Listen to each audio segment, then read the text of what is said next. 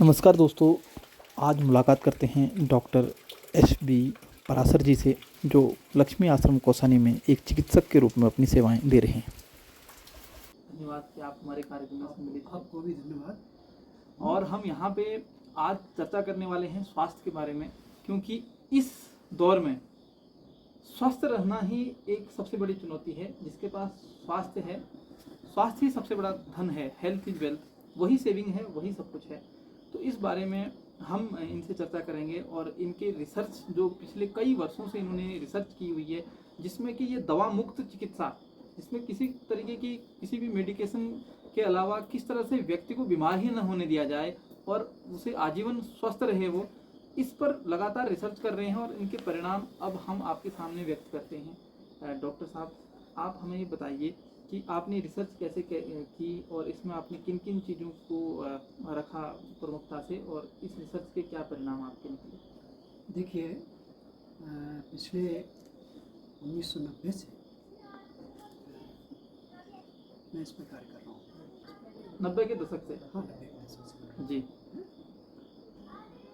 और मैंने ये पाया कि इतने वर्षों में जो मेरे कुछ अध्ययन के निष्कर्ष निकले हैं वो ये कि भारत में जहाँ तक अनुसंधान और शोध का प्रश्न है, तो एक बहुत बड़ा उत्साह उसका क्यूरेटिव मेडिसिन पर गया है,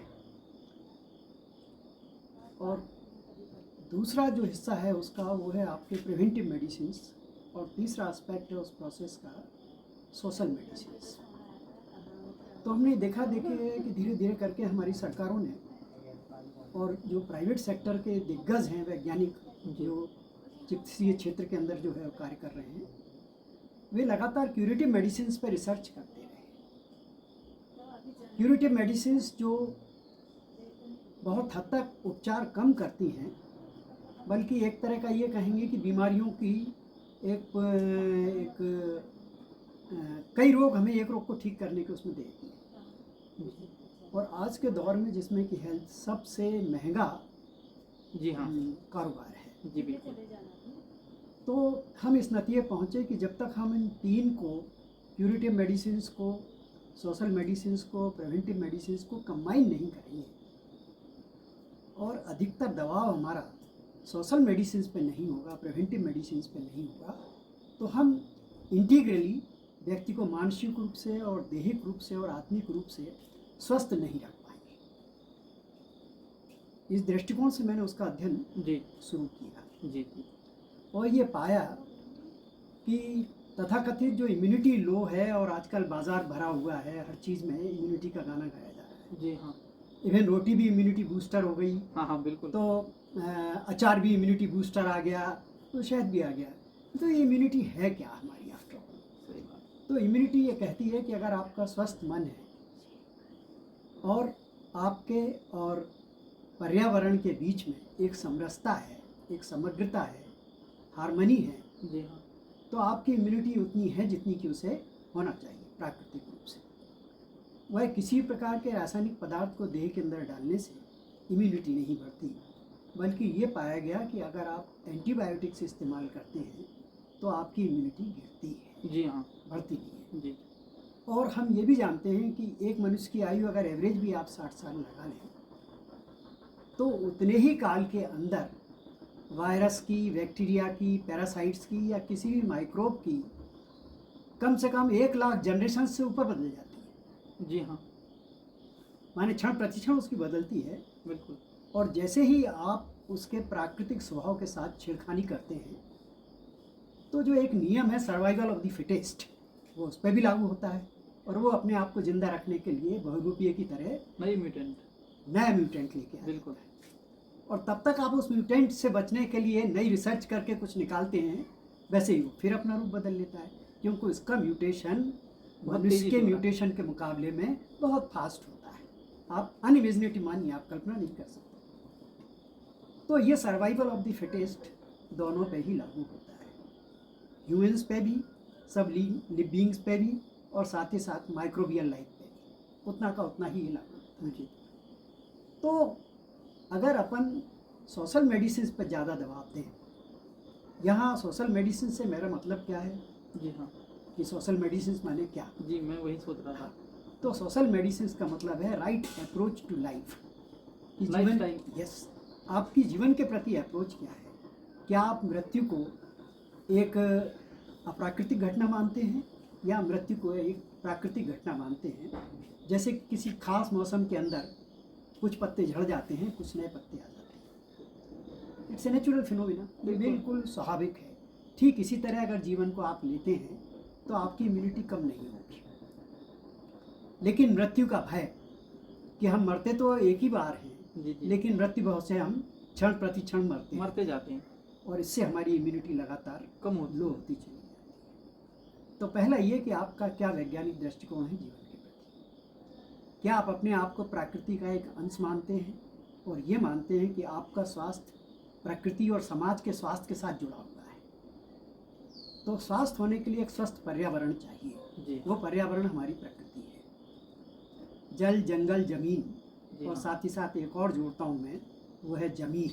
जमीर, जमीर यानी हमारी अंतरात्मा। Spiritual health. यस, अगर इनके बीच में हमारी कोई समरसता है, हार्मनी है, तो हम स्वस्थ रहेंगे और प्राकृतिक मृत्यु ही हमारी होगी। लेकिन कृत्रिम रूप से भले ही हम 90 साल तक आ जाएं, जी हाँ, पर एक रोगी की ज़िंदगी जीने से एक प्राकृतिक ज़िंदगी जीना ज़्यादा अच्छा है। ज़्यादा अच्छा। प्राकृतिक रूप से स्वस्थ रहना ज़्यादा अच्छा है, जिसमें आप स्वयं के साथ शांतिपूर्वक रहते हैं और प्रकृति के साथ भी।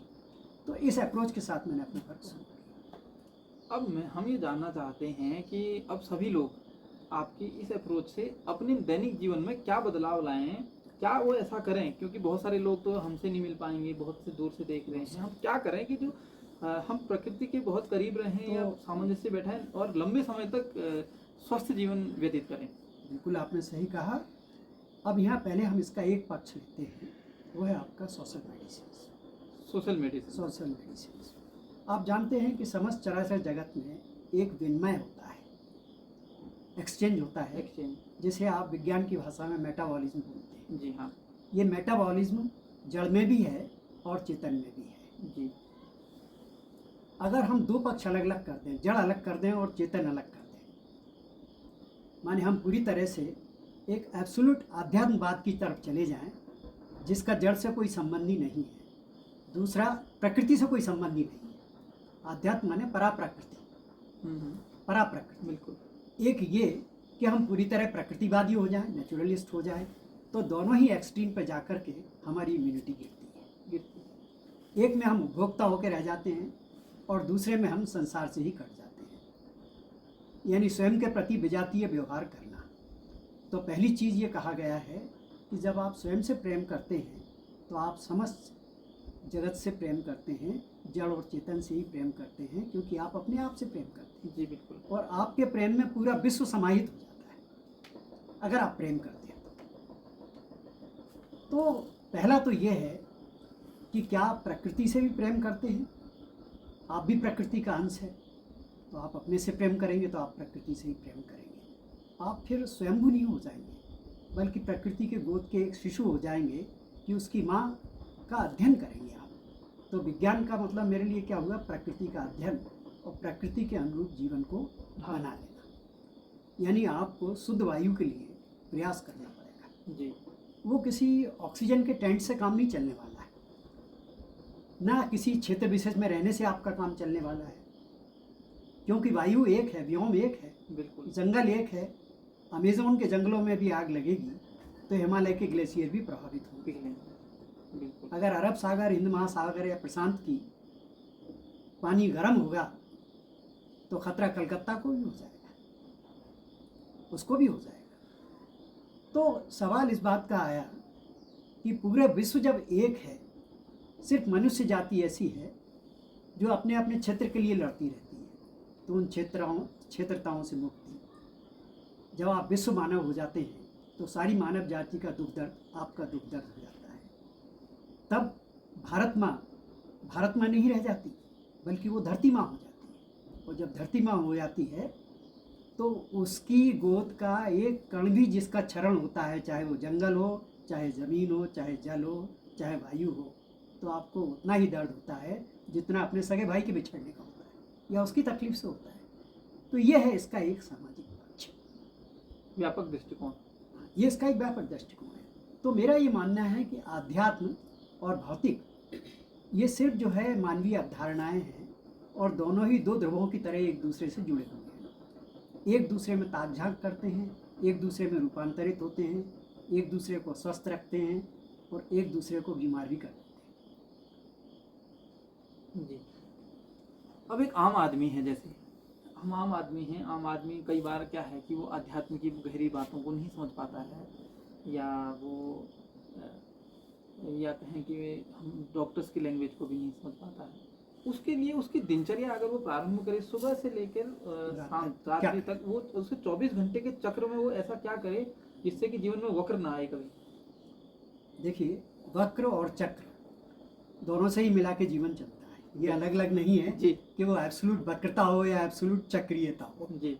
ये एक तरह का स्पाइरल है, स्पाइरल है। जिसमें लगता है ये कि लौट करके हम उसी बिंदु पे आ रहे हैं, लेकिन साइकिल के पहिए की तरह कुछ दूरी भी तय हो जाती है, जी। जिसमें चक्रीय गति भी है और रेखीय गति भी है, रेखीय गति भी एक साथ ही दोनों जी। है कि नहीं। तो आपने चूंकि दिनचर्या का सवाल पूछा कि क्या करे वो ऐसा, तो ये कहा गया है कि जितना आप लेते हैं उतना दीजिए। ये एक सामान्य सी बात कही जाती जी है कि आपकी नीड कितनी है खाने की। क्या आपको भूख लगती है तब आप खाना खाते हैं, या रूटीन एक टाइम फिक्स है कि घंटी बजाई और बिल्ली आ गई और खाना खा लिया। जी। तो घंटी से और बिल्ली का संबंध बन जाता है, भूख लगे या नहीं, वो जानती है घंटी बजेगी तो यहाँ खाना मिल जाएगा, तो आप वैसा करने लगते हैं। जी। एक दूसरा ये कि जीवन की जितनी भी क्रियाएं हैं योग की तरह हैं। योग का मतलब हुआ कि उस वक्त अपने को सारे अन्य दवाओं से मुक्त हो जाना चाहिए, हैं? जी तो क्या हम प्रत्येक चीज़ जो करते हैं, चाहे वो हम टॉयलेट जाना हो, ब्लैडर खाली करना हो, खाना खाना हो, नींद हो या अन्य हो, क्या योग की भांति आप करते हैं या एक रूटीन है वैसा करते हैं? जैसे ये कि चाय पी रहे हैं और सुबह सुबह टेलीफोन पर ही बतिया रहे हैं, तो पता ही नहीं लगा कि गर्म चाय पी गए हैं और आपको एसिडिटी हो गई। या आप रोटी खा रहे हैं और रोटी खाते खाते आप इंडस्ट्रीज़ की बातें भी कर रहे हैं और लगातार भसकते जा रहे हैं, तो ब्रेन आपको सिग्नल ही नहीं दे रही कि कितना खाना चाहिए था। सामंजस्य होना चाहिए। सामंजस्य। दूसरा एकाग्रता होना चाहिए, एकाग्रता होना चाहिए। तीसरी चीज़ ये है कि आप कभी अपने अंतर्मन से बातें करते हैं या नहीं करते हैं, या बार बार तमाचे मार के उसको शांत करते रहते हैं। जैसे अंतर्मन कहता है भाई ये चीज़ नुकसानदायक है, नहीं लेना है, लेकिन जीभ कहती है आज तो खा लो। अनुशासित जीवन न होना। अनुशासित तब होगा जब प्राकृतिक स्वभाव के अनुसार आप जिएंगे। प्रकृति क्या करती है, पूरी जीव जगत में आपने किसी चिड़िया को एक दाने से ज़्यादा ले जाते देखा है? भैया मुट्ठी भर के ले जा रही हूँ मैं आज, कल के लिए। उसका कल नहीं होता। ठीक बिल्कुल छोटे बच्चे की तरह, वर्तमान में जीना। छोटे बच्चे की तरह आप उससे पूछिए आज तारीख कौन सी है, तो कुछ नहीं बोलेगा। छोटा बच्चा जी हाँ। 2 साल का है और वो कंप्यूटर नहीं देखा, कुछ नहीं, गाँव में रह रहा है, हमने उससे पूछा आज बाहर कौन सा है, तो मुस्कुराता रहता है। 20वीं सदी चल रही है, 18वीं हो, तब भी मुस्कुराता रहता है। प्रकृति से जुड़ा है वो प्रकृति से जुड़ा हुआ है, वो प्रकृति से जुड़ा हुआ है। लेकिन काल का बोध और उम्र का बोध सचेतन मन को होता है, तो सचेतन मन पैदाइशी नहीं है उसमें, वो प्राकृतिक है। फिर धीरे धीरे एसोसिएशन से वो सीखता है कि बाबा पहले चले गए, उनसे मैं इतने साल जिया, पेड़ इतनी जल्दी गिर गया, इतना पुराना रहा, तो उसका काल बोध जो है वो उसके अस्तित्व से फिर जोड़ना शुरू होता है। ये बिल्कुल उसकी अलग दार्शनिक चीज़ है, यानी टाइम आपसे अलग कुछ नहीं है, ये सिर्फ आपका ड्यूरेशन ऑफ एग्जिस्टेंस है। एग्जिस्टेंस एंड नॉन एग्जिस्टेंस माने सिर्फ आपके रूप से आप कालबोध कर रहे हैं, सार से नहीं।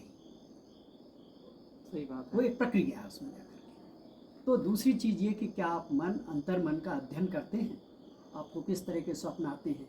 स्वप्न कई बार आपको वार्निंग भी देते हैं, कई बार आने वाली घटनाएं भी बताते हैं।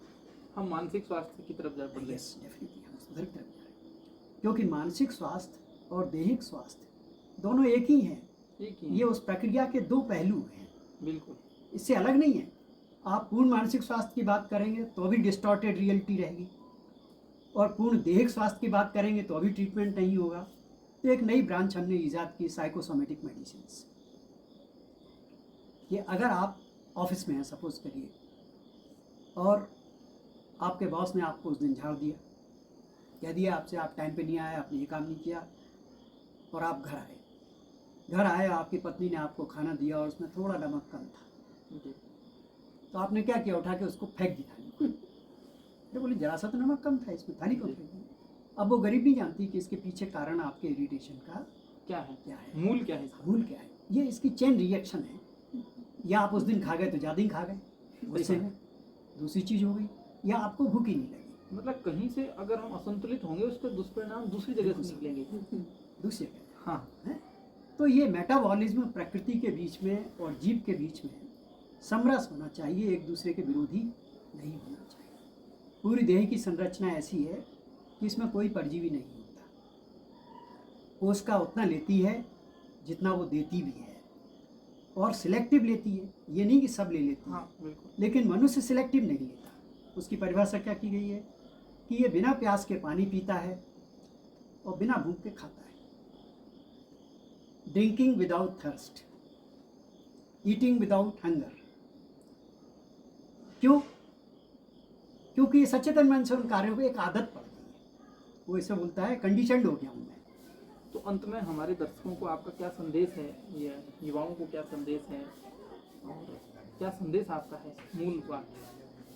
प्राकृतिक जीवन जिया जाए, प्रकृति के नज़दीक रहा जाए, और जीवन को अन्य प्राकृतिक घटनाओं की तरह और मृत्यु को भी सामान्य प्राकृतिक घटना की तरह लिया जाए। क्षणजीवी हुआ जाए। क्षणजीवी, ये सबसे बड़ा एक शब्द आपने कहा कि जो क्षण आपको मिला है, वर्तमान में जीना है। क्योंकि आपका कोई अतीत भी नहीं था और कोई भविष्य भी नहीं, सिर्फ वर्तमान है। क्या बात है, बहुत आनंददायक चर्चा आपके साथ हुई डॉक्टर साहब, आपको कोटि कोटि नमस्कार।